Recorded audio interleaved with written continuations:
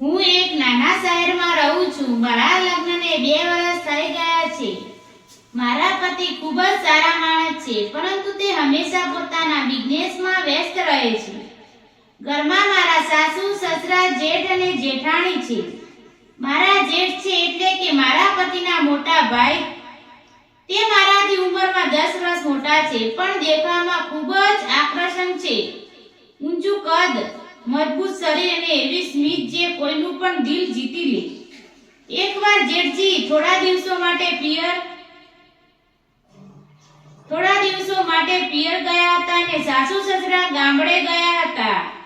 ઘરમાં માત્ર હું, મારા પતિ અને જેઠજી હતા. એકવાર સાંજે મારા પતિના અચાનક ઓફિસના કામે બહાર જવું પડ્યું અને તે આખી રાત પાછા આવવાના ન હતા. હું રસોડામાં રસોઈ બનાવી રહી હતી. બહાર જોરદાર વરસાદ પડી રહ્યો હતો અને પવન ફૂંકાઈ રહ્યો હતો. અચાનક વીજળી ગુમ થઈ ગઈ અને આખું ઘર અંધારામાં ડૂબી ગયું. હું ડરી ગઈ. આવો માહોલમાં એકલી સ્ત્રી ડરી જાય. મેં મોબાઈલની લાઈટ ચાલુ કરીને બહાર નીકળી. જેઠજી તેમના રૂમમાં હતા. મેં ધીમેથી અવાજ આપ્યો, જેઠજી, લાઈટ જતી રહી છે. તે તરત જ બહાર આવ્યા. તેમને શર્ટ ભીનો હતો. કદાચ તે બાલ્કનીમાં ઊભા હતા. તેમણે કહ્યું, તું ડરીશ નહીં, હું મીણબત્તી સળગાવું છું. તે મીણબત્તી લઈને આવ્યા અને મારી પાસે બેઠા અને બંને સોફા પર હતા. વરસાદનો અવાજ વધી રહ્યો હતો. જેઠજીએ પૂછ્યું, તને એકલા ડર લાગે છે ને? ચાલ આપણે વાતો કરીએ. અમે વાતો કરવા લાગ્યા. પહેલા પરિવારની અને પછી જૂની યાદોની. જેઠજીએ જણાવ્યું કે લગ્ન પહેલા તે કેટલા તોફાની હતા. હું હસી પડી. તેમની આંખોમાં કંઈક અલગ હતું. તે મને એવી રીતે જોઈ રહ્યા હતા જે રીતે પહેલા ક્યારેય જોઈ ન હતી. ધીરે ધીરે વાતો ઊંડી થવા લાગી.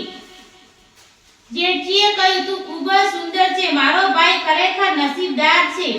હું શરમાઈ ગઈ અને મારો ગાલ લાલ થઈ ગયા. મેં કહ્યું, જેઠજી, તમે મજાક કરી રહ્યા છો. પણ તે ગંભીર હતા. તેમણે મારો હાથ પકડી લીધો.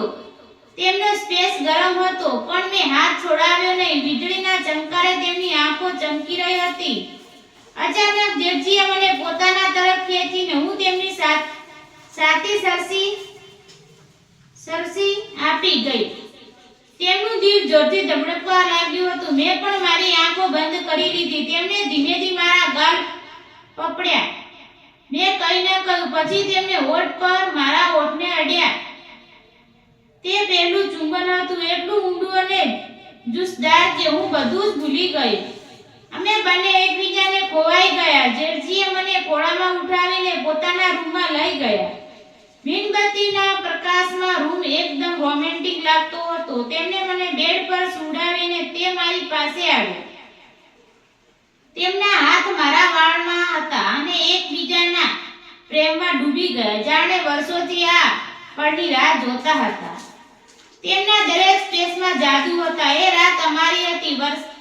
બહાર વરસાદ વરસતો હતો અને અંદર અમે એકબીજાની બાહોમાં હતા.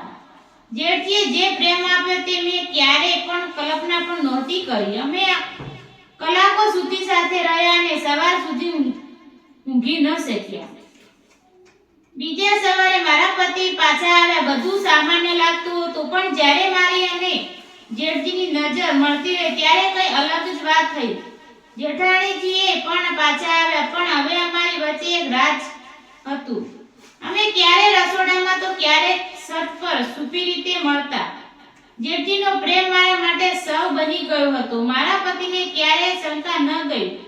જેઠજી કહેતા, આ સંબંધો ખોટા છે, પણ દિલ માનતું નથી. હું પણ તેમને તેટલો જ પ્રેમ કરવા લાગી હતી. ધીરે ધીરે અમારો સંબંધ વધુ ગાઢ બન્યો. એકબીજાને જેઠજીએ મને તેમના રૂમમાં બોલાવી. જેઠજીએ બહાર ગયા હતા. તેમની બાહોમાં મને ખૂબ જ શાંતિ મળતી હતી. સમય પસાર થતો ગયો. અમારું હૃદય સુરક્ષિત રહ્યું, પણ પ્રેમ વધતો જ ગયો. ક્યારેક મને ડર લાગતો કે જો કોઈને ખબર પડી જશે તો, પણ જેઠજી કહેતા, ડર નહીં, હું છું ને. તેમની આ વાતો મને હિંમત આપતી. મિત્રો, આજની સ્ટોરી તમને કેવી લાગી? તમારા વિચારો અને લાગણીઓને કોમેન્ટમાં જરૂરથી શેર કરજો. તમારી કોમેન્ટ અમારી માટે બહુ મૂલ્યવાન છે. આ જો સ્ટોરી ગમ્યું હોય તો જગમગ સ્ટોરી ચેનલને સબસ્ક્રાઇબ કરીને અમારી સાથે જોડાયેલા રહેજો. ધન્યવાદ.